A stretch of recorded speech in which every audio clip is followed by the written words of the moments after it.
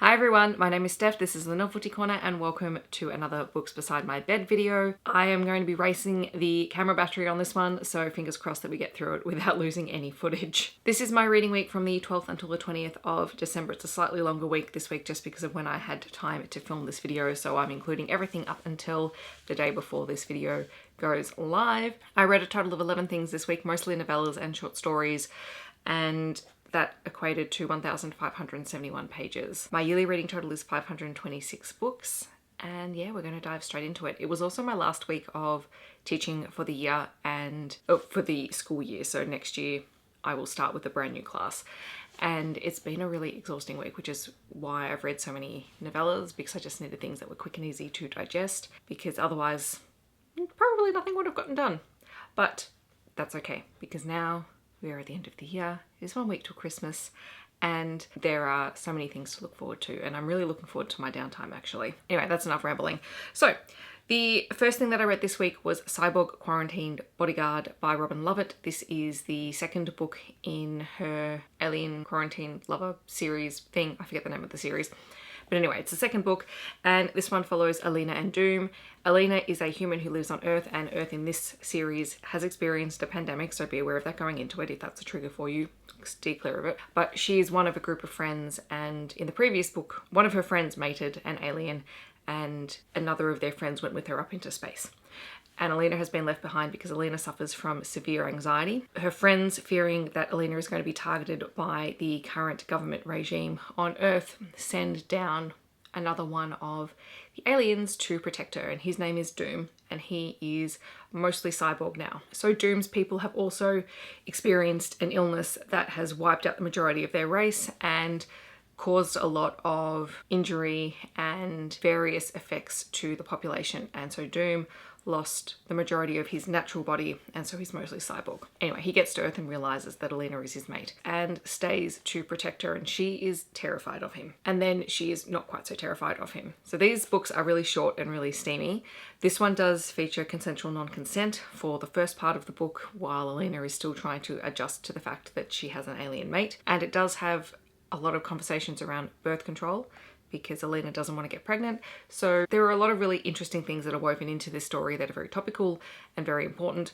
So I really enjoyed this one. And then I read the third book in the series, which is Quarantined Alien Beast. And this one is about Charlie, who was the second of the girls to go up into space with her best friend who had been mated in the first book. And Charlie identifies as feminine gender fluid. She's also pansexual, and so she's been sleeping with one of the aliens while she's been in space. However, she's told that they know who her mate is, and so she wants to meet this alien. And it turns out his name is Fang, and he was one of the best soldiers that they had until this illness basically forced him to devolve. And so he's now this very animal-like, I don't want to say monster-like because he's not really a monster, but he's very animalistic, and he has to be kept contained, otherwise he loses it. Anyway, Charlie begins to break through his walls, and then eventually the two of them end up escaping the ship because they can't have a relationship while they're there because everyone's too worried about what Fang will do to Charlie, and so they end up back on Earth. And it's a really interesting relationship as to sort of work out how the relationship begins to heal some of the things in Fang without changing him completely. So I'm really enjoying the series. The fourth one comes out in January, I think, and I'm really looking forward to it. Then I read the Reindeer Falls Volume 1 collection of novellas. So this features 3 Christmas novellas set in a small town in Michigan. The first one is The Boss Who Stole Christmas, and this one is about Nick and Holly. Nick owns a toy company in this town, which basically, this small town, Reindeer Falls, markets itself on Christmas all year round. So Nick's family owns a toy shop, and they have connections overseas to Germany and to a German toy store, which is where they base a lot of their toys on. And Holly works for him. And over the Christmas holiday, he basically demands that she comes on a trip with him overseas to help redesign one of their toy lines. And their relationship goes from there. Very short, very steamy. Honestly, these books are just really good for feel-good reads in the holiday season if you like that sort of thing. Oh, I forgot to say, these are all by Yana Aston. The second one is If You Give a Jerk a Gingerbread, and this one is about Ginger Winter, who is she Holly's sister? I think she's Holly's sister. think this first series follows sisters and the second series, or the second volume, follows brothers.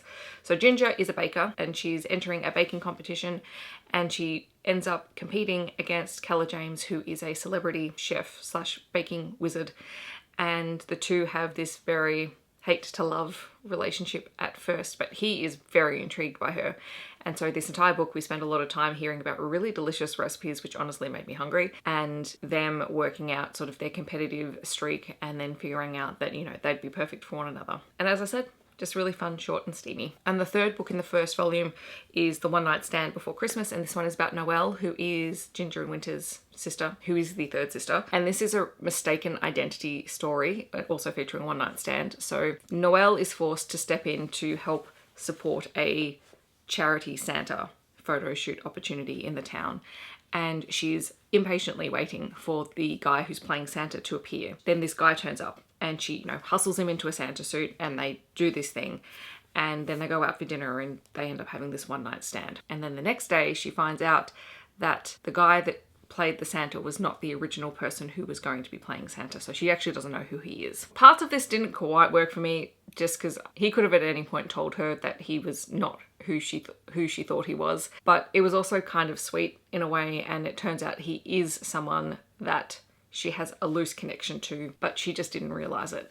So this was the only one in the collection that I was a little bit on the fence about, but it was also a really good short novella if you are into that mistaken identity type thing. I also read The Woman with the Ring by Jessica Gadziala. This is her most recent release. This is a dark mafia romance book, and it's about Isabella Costa, who is forced into a marriage with Primo Esposito after he kidnaps her and basically tells her family that he's going to marry her. So this one does feature a forced marriage, some coerced consent. None of the sex is coerced at all, but obviously, having been kidnapped, Isabella is quite unwilling to engage Primo in that way initially. So there is a little bit of a back and forth as they build trust and build a relationship. And then of course there are things going on in the background that have to do with Primo's organization and some people who are constantly attacking his organization. So there are plenty of trigger warnings in here. There's gun violence, there's kidnapping, there's coerced consent. There is the mention of dealing drugs, fight sequences, you name it.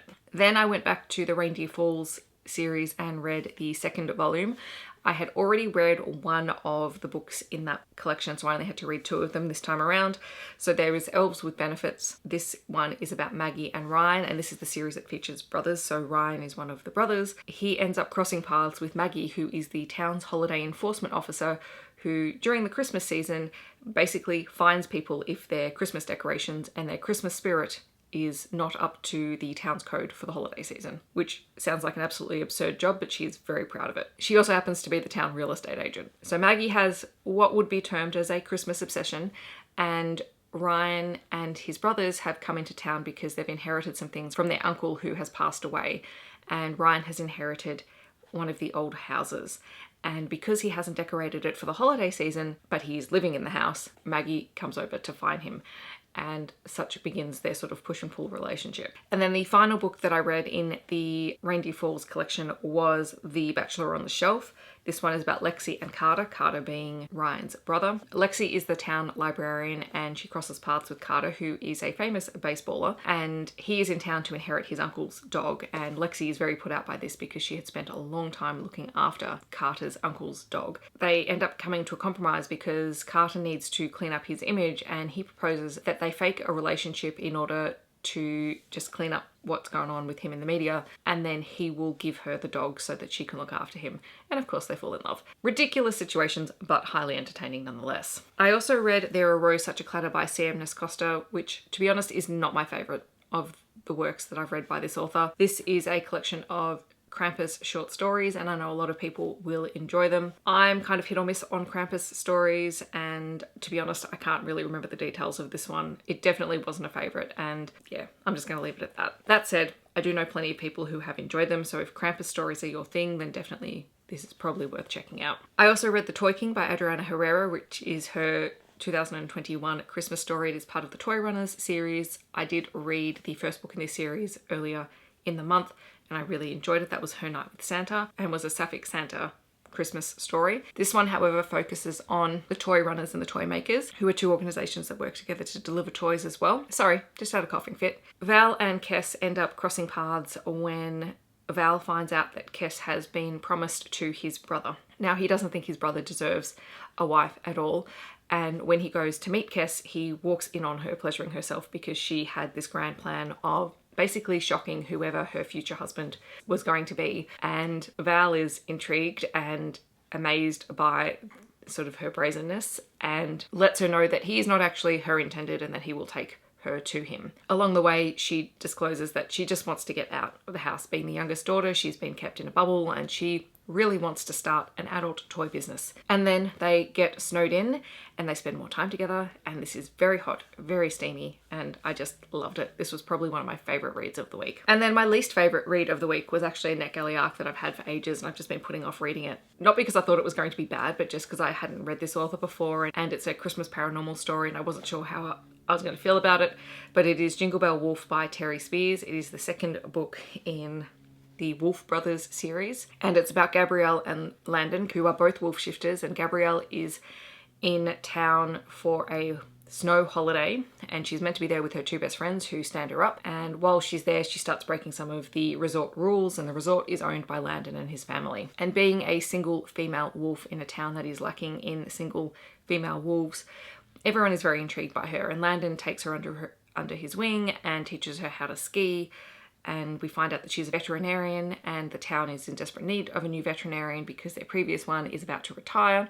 And basically this story just felt like a series of very convenient events that we find out very early on exactly what's going to happen, and then it is just constantly repeated over and over for 75% of the book, and I just wasn't there for that. The other thing that kind of drove me nuts, and this is a really minor thing, is that there are very few contractions used in this story, and that's fine if you're writing really formal characters who don't speak using contractions. But in a story where these characters are relatively contemporary characters, the fact that everything is "we will" and "you will" and like that drove me nuts because, and I'm going to be very general here, is you don't usually speak like that. You'll use contractions. So I don't know. It slowed down the whole reading process. But as I said, the story itself was rather bland anyway, because you found out exactly what was going to happen. There was no tension in the story. We were just waiting, like literally going through the motions of everything happening. So that was disappointing. All right, so that is my weekly wrap up. I will leave all the links for all the books down below, as well as timestamps and things like that. In the comments, I would love to hear what you have been reading this week, or if you want to let me know that you're here but you don't want to leave a comment, I would love for you to leave a ring emoji down below. I hope that wherever you are in the world, you're staying safe and healthy, and I will see you in my next video. Thanks so much for watching. Bye everyone.